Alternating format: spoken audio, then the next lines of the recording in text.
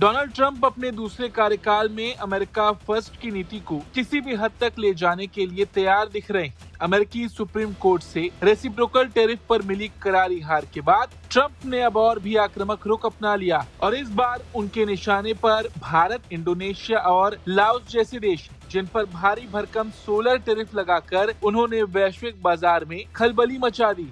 अमेरिकी वाणिज्य विभाग ने भारत से आने वाले सौर ऊर्जा उत्पादों यानी कि सोलर प्रोडक्ट्स पर 126% का प्रारंभिक आयात शुल्क निर्धारित किया।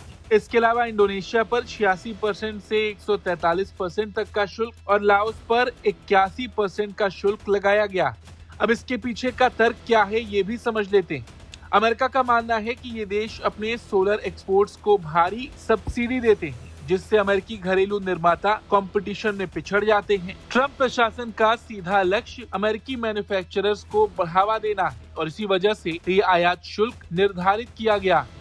अब सवाल, भारत के लिए ये झटका क्यों है? भारत के लिए अमेरिका एक बड़ा सोलर मार्केट बन चुका था। अगर आंकड़ों पर नजर डालें तो असर साफ दिखता है। एक्सपोर्ट वैल्यू साल 2024 में भारत ने अमेरिका को 792.6 मिलियन डॉलर के सोलर प्रोडक्ट भेजे थे। मार्केट शेयर को अगर देखा जाए तो 2025 की पहली छमाही में अमेरिका के कुल सोलर मॉडल इंपोर्ट का 57% हिस्सा सिर्फ इन्हीं 3 देशों भारत, इंडोनेशिया, लाओस से आया था। इस फैसले का सीधा असर वारी एनर्जीज और प्रीमियम एनर्जी जैसी दिग्गज भारतीय कंपनियों के शेयर्स और उनके मुनाफे पर पड़ना तय माना जा रहा है। और देखा जाए तो ये टैरिफ अटैक महज आर्थिक फैसला नहीं बल्कि एक सियासी जवाब भी माना जा रहा है, क्योंकि हाल ही में अमेरिकी सुप्रीम कोर्ट ने ट्रंप के रेसिप्रोकल टैरिफ को गैर कानूनी बताकर रद्द कर दिया था। कोर्ट के फैसले के तुरंत बाद ट्रंप ने धारा 122 का इस्तेमाल कर पहले 10% ग्लोबल टैरिफ लगाया और फिर उसे बढ़ाकर 15% कर दिया। अब सोलर सेक्टर पर ये 126% का प्रहार बता रहा है कि ट्रंप कानूनी बाधाओं के बावजूद टैरिफ को ही अपना सबसे बड़ा हथियार बना रहे हैं।